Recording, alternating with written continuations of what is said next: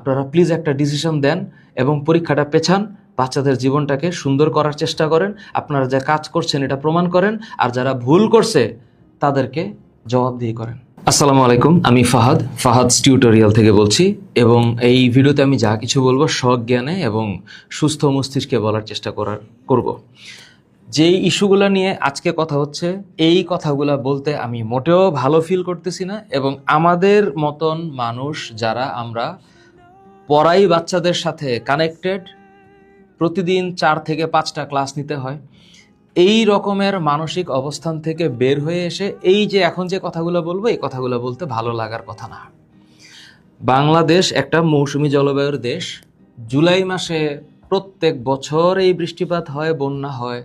আমি জানি না কি কারণে, কিসের রুটিনের কারণে এই জুলাই মাসেই একটা পাবলিক পরীক্ষা দিতে হবে, এবং কেন দিতে হবে, কিসের তাড়না দিতে হবে, এটা আমার বোধগম্য না।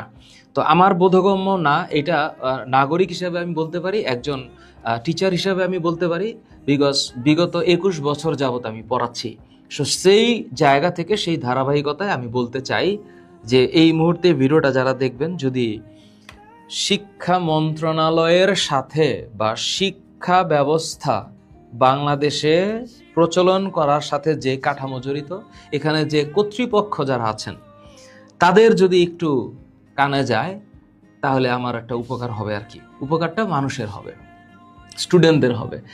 এখন সোশ্যাল মিডিয়াতে গেলে প্রত্যেকটা ক্ষেত্রে আজকের 13ই জুলাই 2026 সোমবার দিন ফিজিক্স প্রথম পত্রের পরীক্ষার যেই 6 নম্বর এবং 7 নম্বর সৃজনশীলের যে অবস্থা, যে দুইটা ভেক্টর দেওয়া আছে, সেখানে কোণের মান কত হবে জিজ্ঞেস করা একটা অবান্তর প্রশ্ন। এবং ওই 6 নম্বর সৃজনশীলে মিন ফ্রি প্যাথ বের করার সময় সিলিন্ডারের ব্যাস আর হচ্ছে দৈর্ঘ্য দেওয়া আছে, কিন্তু কোনো অণুর ব্যাস দেওয়া নাই। সুতরাং এই প্রশ্ন করা একটা অবান্তর প্রশ্ন। তাহলে এই যে যারা প্রশ্ন করেন তারা কারা? এই লায়াবিলিটিটা কার? যেই লায়াবিলিটিটার কারণে মানুষজন, যেই স্টুডেন্টগুলো 8 লক্ষ স্টুডেন্ট, মানে এর মধ্যে বিজ্ঞান বিভাগের যারা পরীক্ষা দিয়েছে, ওদের যে আজকে সৃজনশীল ওরা যে অ্যান্সার করতে পারলো না, এই দায়ভারটা কে নিবে? কে সেই ব্যক্তি, কোন সেই সংস্থা, কোন সেই দল যারা এই দায়ভারটা নিবে যে আমাদের প্রশ্ন ভুল হয়েছে, আমরা সরি? আপনারা যারা প্রশ্ন করেন, আপনারা কি সলভ করেন প্রশ্নটা যে একটা বাচ্চা পরীক্ষা কিভাবে দিবে? আমরা আমাদের ক্লাস টেস্ট পরীক্ষার প্রশ্নপত্র দেওয়ার আগে অন্তত 2বার রিভিশন দিই। আর যেই প্রশ্নটা জাতীয় পর্যায়ের প্রশ্ন, যেই পর্যায়ে একটা স্টুডেন্টের ভাগ্য নির্ধারণ হচ্ছে যে সে এই পরিমাণ মার্ক নিয়ে অ্যাডমিশন টেস্টে অ্যাপ্লাই করতে পারবে কি পারবে না, যেখানে জিপিএর একটা স্ট্যান্ডার্ড কাটমার্ক দেওয়া থাকে, সেখানে এটা একটা প্রহসন। এখানে নিশ্চিতভাবে কেউ না কেউ কোনো না কোনোভাবে এটার লায়াবিলিটি নিতে হবে এবং এটার দায়ভার নিতে হবে। দ্বিতীয়ত হচ্ছে, আজকে যে পরীক্ষা হইল, কুমিল্লা সরকারি মহিলা কলেজের কিছু ক্লিপ আমরা দেখলাম। কোমর পর্যন্ত ভিজে সাতটায় পরীক্ষা দিতে যাওয়া, এটা যে একটা অসম্ভব ব্যাপার, এটা যে একটা স্টুডেন্টের মানসিক অবস্থার কি পরিমাণ ক্ষতি করে, এটা বোঝার মতো কোনো বডি নাই, কোনো বস্তু নাই, কোনো ব্যক্তি নাই পুরা মন্ত্রণালয়ে। কারণ হইল, এই যে শিক্ষা মন্ত্রণালয়ে যারা আছেন, একেবারে উপর থেকে উপসচিব, সচিব পর্যায়ে ডিসি, এডিসি থেকে শুরু করে টিএনও, এসিলেন পর্যন্ত, এই যে একটা বডি, যারা সরকারি একটা বডি। কারণ শিক্ষা মন্ত্রণালয় কখনো একক সিদ্ধান্ত নিতে পারে না সংস্থাপন মন্ত্রণালয় ছাড়া। সংস্থাপন মন্ত্রণালয় কার কথা শুনবে? ডিসির কথা শুনবে। তো ডিসি অফিস কার কথা শুনবে? টিএনওর কথা শুনবে, এসিলেন্টের কথা শুনবে। তো একদম মাইক্রো লেভেল ম্যানেজমেন্টে যখন ডিসিশনগুলো হয় যে হ্যাঁ, আমার থানায়, বা একজন টিএনও যখন বলবে যে আমার থানার এতগুলা কেন্দ্রে পরীক্ষা নেওয়া সম্ভব না। কেন সম্ভব না? কারণ এত পরিমাণ পানি জমেছে। এই কথাটা বলারও মানুষ নাই। এই মানুষটা কথাটাকে যে ডিসি অফিসে জানাবে, এবং ডিসি অফিস সংস্থাপন মন্ত্রণালয়কে জানাবে, সংস্থাপন মন্ত্রণালয় শিক্ষা মন্ত্রণালয়কে জানাবে, এই যে এতগুলা ব্যারিয়ার পার হইতে হইতে শিক্ষার্থীদের জীবনটা শেষ হয়ে যাচ্ছে। আজকে যে পরিমাণ স্টুডেন্ট পরীক্ষা দিয়ে আসার পরে যে চিন্তা করতেছে যে তারা পাশ করবে কিনা, যে তারা কোমর পর্যন্ত পানি পার হয়ে যে একটা কেন্দ্রে গিয়ে যে একটা পরিবেশ নাই, এটা বোঝার মতো নাই। কারণ হচ্ছে এই বডিতে যারা আছে, এদের পরিবারের কেউ যদি এই সিস্টেমের মধ্যে পড়তো তাহলে বোঝা যাইতো। একেবারে টপ টু বটম, এই মন্ত্রণালয়ের top to bottom government officer যারা, এদের সন্তান কি আজকে এই সিচুয়েশনে পড়ছে আমি জানি না। যদি এই পর্যায়ের লোকজনের পরিবারের সদস্যরা যদি এই সিস্টেমের সার্ভ করতো বা এই সিস্টেম থেকে উঠে আসতো, তাহলে আজকে এই অবস্থা হইতো না। তাহলে আমরা কি সবাই শুধু প্রবলেম নিয়ে কথা বলবো? সমাধান কোথায়? সমাধানের রাস্তাটা খুঁজবে কে? আর সেই সমাধানটা দেখবে কিভাবে? আজকে এই বাচ্চাদের ফিজিক্সের এই পরীক্ষার এই অবস্থার পেছনে দায়ী কে? আজকের পরীক্ষাটা কেন পেছানো গেল না? ফিজিক্সের আগে 1 দিন বন্ধ, বায়োলজির আগে 5 দিন বন্ধ। এই রুটিনটাই বা কে করেছে? কেন? ফিজিক্স একটা ডিফিকাল্ট সাবজেক্ট, যার আগে একটু বেশি বন্ধ কামনা করা যায়। বোটানির আগে 1 দিন বন্ধ চলে, জুলজির আগে 2 দিন বন্ধ চলে, কিন্তু ফিজিক্সের আগে 1 দিন বন্ধ, ফিজিক্স সেকেন্ড পার্টের আগে 1 দিন বন্ধ। এই রুটিনটাই বা কারা করেছেন? আপনারা কি হিসাব করে করেছেন? কোনো কোনো যৌক্তিকতা নাই, কোনো রেসপন্সিবিলিটি নাই, কোনো জবাবদিহিতা নাই, কিচ্ছু নাই। এই কারণে বছরের পর বছর এই হয়ে আসতেছে। ফেসবুকে ঢুকলে দেখা যায় যে স্টেপ ডাউন, অমুককে স্টেপ ডাউন, মাননীয় মন্ত্রী আপনি সরে যান, স্টেপ ডাউন। তো এই স্টেপ ডাউন করে আজকে পদত্যাগ, কালকে আরেকজন আসবে তার পদত্যাগ, কালকে আরেকজন আসবে তার পদত্যাগ। খালি পদত্যাগই হবে? এই শুধু পদত্যাগ হইলেই কি হয়ে গেল? আর একজন বিশেষ ব্যক্তি বা মাননীয় মন্ত্রীর একজনের কথাই তো আসলে সব হয় না। একটা ডেকোরাম আছে, কিন্তু এই ডেকোরাম মেনটেন করতে গিয়ে যে এই আবহাওয়া অফিস একটা তথ্য দিবে, তারপর সেই তথ্য যাচাই করবে টিএনও বা থানা পর্যায়ের কেউ যাচাই করবে, এরপর এটা যাচাই করবে ডিসি অফিস, হ্যাঁ, জেলা প্রশাসকের অফিস যাচাই করবে, তারপর এটা যাবে সংস্থাপন মন্ত্রণালয়ে, সংস্থাপন মন্ত্রণালয়ের সচিব উপসচিবরা এটা যাচাই বাছাই করবে, তারপর সেটা যাবে শিক্ষা মন্ত্রণালয়ে। কোথায়? শিক্ষা মন্ত্রণালয়ের সচিব উপসচিব পর্যায়ে যাওয়ার পরে প্রতিমন্ত্রী মন্ত্রী এটা দেখবে, তখন একটা সাইন হবে, ক্যাবিনেট মিটিং হবে, তারপর একটা সিদ্ধান্ত হবে। ততক্ষণে মোটামুটি ক্লিয়ার, রাস্তা ক্লিয়ার। তো এই যে একটা লেংদি পথ, তো এই সিদ্ধান্তগুলার জটিলতাটা কোথায়? কবে ভাঙবে এই ডেকোরাম? 2টা সৃজনশীল ভুল হয়েছে, এই 2টা সৃজনশীল ভুলের দায়ভার কে দিবে? মাসুল তো বাচ্চারা দিচ্ছে। আমার কথা হইল, যারা প্রশ্ন করেন, আপনারা যারা প্রশ্ন করেন, তারা কি প্রশ্নটা সলভ করছেন যে এই প্রশ্নটা আসলে দেওয়া উচিত না? ঠিক একইভাবে এসএসসি পরীক্ষার প্রশ্নপত্র ফিজিক্সে আমি বলেছিলাম যে এই যে প্রশ্ন করেন, বাচ্চাদের কাছ থেকে রেজিস্ট্রেশন ফি নেন, এই রেজিস্ট্রেশন ফি এর টাকা দিয়ে করেন কি? আপনারা কি করেন? ওদের কাছ থেকে তো টাকা নেন। আমরা যে পরীক্ষা দিয়ে আসছি, আমি 2003 সালে এসএসসি পরীক্ষা দিয়েছি, 2005-এ ইন্টারমিডিয়েট পরীক্ষা দিয়েছি, আমরা রেজিস্ট্রেশন ফি দিয়েছি, এখনো বাচ্চা রেজিস্ট্রেশন ফি দেয়। রেজিস্ট্রেশন ফি তাহলে কই যায়?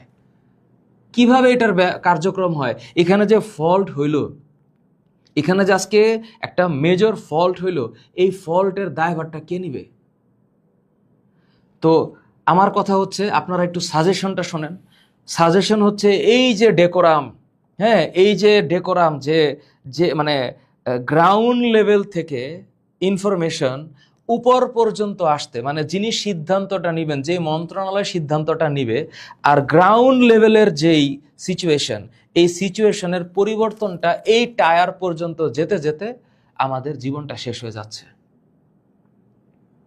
তাহলে এই ডেকোরাম করে কি লাভ? আমরা কবে পরিবর্তন করব? এই যে বন্যা, আমরা তো দেখতে পাচ্ছি যে বন্যায় বাচ্চারা পরীক্ষা দিতে পারতেছে না। আমরা কেন বন্ধ করতে পারছি না? কেন বন্ধ করতে পারছি না? গত বছর তো ঠিকই মাইলস্টোনে বিমান দুর্ঘটনার পরের দিন পরীক্ষা অফ ছিল, তাহলে আজকে কেন অফ করা গেল না? 59টা জেলায়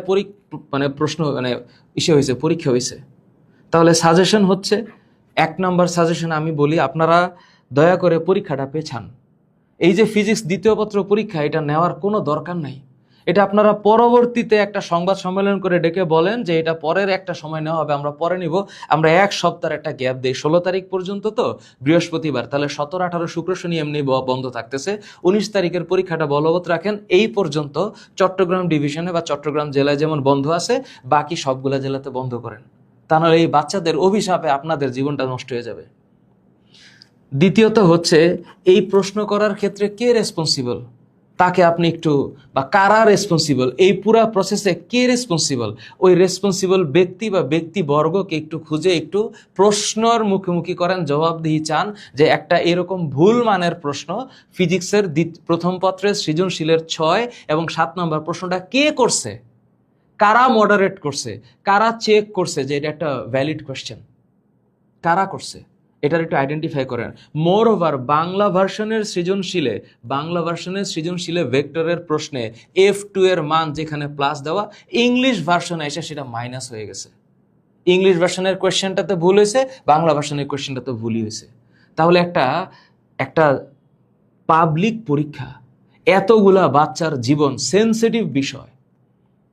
আবার আজকে শুনলাম একজন পরীক্ষা ভালো দিতে না পারে মারা গেছে, এই যে নিউজ আসছে, আত্মহত্যা করছে। তো এখন বলতে পারেন এ তো মানুষ মারা যায়, একটা দুইটা আত্মহত্যা কোনো ব্যাপার না। এটাও বলে দেন আপনারা যে আপনাদের এই বাচ্চাদের মরে যাওয়া আসলে কোনো ম্যাটার করে না। তাহলে আমরা যে দিনের পর দিন খেটে বাচ্চাদেরকে পড়াই, আমাদের কাছে পড়তে তো বাচ্চারা বাধ্য না, আপনাদের কাছে বাধ্য, কলেজের টিচারদের কাছে বাধ্য। কারণ কলেজের টিচাররা একটা থ্রেড দিয়ে রাখে যে আমার কাছে না পড়লেই হবে, আমাদের কাছে তো বাধ্য না, আমাদের কাছে যখন তখন স্টুডেন্ট চলে যায়। তাহলে কই, আমরা যদি ডাক দিলে স্টুডেন্ট আসে, আপনারা তাহলে বাচ্চাদের কি হৃদয় জয় করছেন? আপনাদের ডাকে কেউ আসে না কেন? কলেজের টিচাররা এই যে পরীক্ষা, হ্যাঁ, বারবার মডেল টেস্ট, কোচিং, হ্যাঁ, তারপর মডেল টেস্ট, আবার কোচিং, এক্সট্রা ক্লাসের নামে স্টুডেন্টের কাছ থেকে যে টাকাগুলো নিলেন, তো আজকেও রেজাল্ট যে খারাপ হবে বা হচ্ছে, এটার দায়ভার কে নিবে? আমরা ফ্রি বার্ড, আমাদের কাছে স্টুডেন্ট আসতে বাধ্য না, আমাদের কাছে আমাদের কোর্স কিনতে স্টুডেন্ট বাধ্য না, তারপরেও কেনে এবং পরে কেন? কারণ আমরা সেই পরিমাণ সার্ভিস দিতে পারি। তাহলে আপনারা কেন দিতে পারেন না? আপনারা কেন স্টুডেন্টের জীবন নিয়ে একটু ছিনিমিনি করতেছেন? দয়া করে পরীক্ষাটা পেছান। কোনো একটা স্পেসিফিক ব্যক্তিকে বা কোনো একজন ব্যক্তিকে গালি দিয়ে, বকা দিয়ে, অশ্রাব্য ভাষায় কথা বলে সোশ্যাল মিডিয়াটা নষ্ট হচ্ছে। একজন ব্যক্তি বা মাননীয় মন্ত্রী, উনি একক সিদ্ধান্তে কোনো কিছু হয় না, এখানে অনেকগুলা লেয়ার পার হয়ে সিদ্ধান্ত আসতে হয়। তাহলে ওই লেয়ারে গন্ডগোল আছে, বা অনেকগুলা লেয়ার থাকার কারণে ডিসিশন নিতে দেরি হচ্ছে, আর ডিসিশন নিতে দেরি হওয়ার কারণে গালি খাচ্ছে একজন মন্ত্রী। তো অনেকেই আছে, তো একজন মন্ত্রীকে নিয়েই কেন এত কথা হবে? কারণ এর পেছনের যে সিস্টেমটা ঠিক নাই। যদি আমরা আসলে এডুকেশন সিস্টেমটা চেঞ্জ করতে চাই, প্রশ্নপত্রের মান খুব ভালো হচ্ছে, গতানুগতিক হচ্ছে না, যে বিগত বছরের বোর্ড কোয়েশ্চেন সলভ করে গেলে যে এই বছর কমন পড়বে বিষয়টা এমন না। হ্যাঁ, প্রশ্নের মান ঠিক আছে, তো প্রশ্নের মান ঠিক করলে কি হবে?